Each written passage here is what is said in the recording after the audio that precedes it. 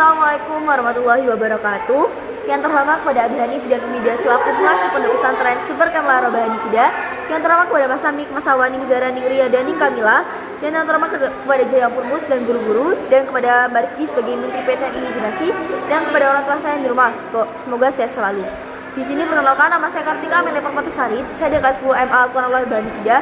Di sini saya akan menjelaskan tentang bab ke-8 tentang kitab Ubudiyah. Pada bab ke-8 ini menjelaskan yang pertama itu adalah tentang khutbah. Khutbah sendiri itu dibagi menjadi beberapa macam. Yang pertama itu ada khutbah Jumat, kemudian khutbah Idul Fitri dan Idul Adha, kemudian ada khutbah kusuf itu gerhana, terus ada khutbah kusuf itu kalau kusuf itu matahari, kalau kusuf itu yaitu bulan, kemudian ada khutbah istiqo seperti itu. Kemudian kalau semua khutbah itu dimulainya itu setelah, kecuali sholat khutbah Jumat dan khutbah istiqo. Jadi itu bisa setelah dan sesudah seperti itu.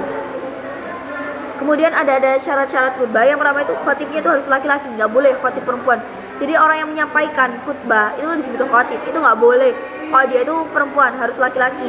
Kemudian khatibnya itu harus berdiri bagi yang mampu. Jadi kalau nggak mampu berdiri nggak apa-apa, dia bisa duduk seperti itu. Kemudian khatibnya itu harus suci dari najis, jadi dia itu harus suci gitu. Kemudian minimal didengarnya itu oleh 40 jamaah. Jadi dalam suatu masjid itu minimal didengarnya itu 40 jamaah gitu dari warga sekitarnya. Kemudian khatibnya itu tidak membuka aurat, kayak gitu, harus menutup auratnya gitu. Kemudian dia tuh duduk di antara dua khutbah itu. Jadi kan dua khutbahnya itu dibagi sesi gitu. Terus dia duduk gitu. Harus ada sesi bentuknya gitu. Kemudian ada rukun-rukun khutbah. Yang pertama itu harus membaca alhamdulillah, kemudian membaca sholawat Nabi, kemudian wasiat agar bertakwa kepada Allah, kemudian mendoakan kaum muslim. Jadi itu khatib ketika dia tuh berkhutbah itu harus ada doa-doa untuk kaum muslim. Kemudian harus membaca ayat Al-Quran yang dipahami, sama jamaah-jamaahnya itu harus mudah dipahami gitu, nggak boleh yang sulit. Kemudian ada kesunatan imam pada Idul Fitri.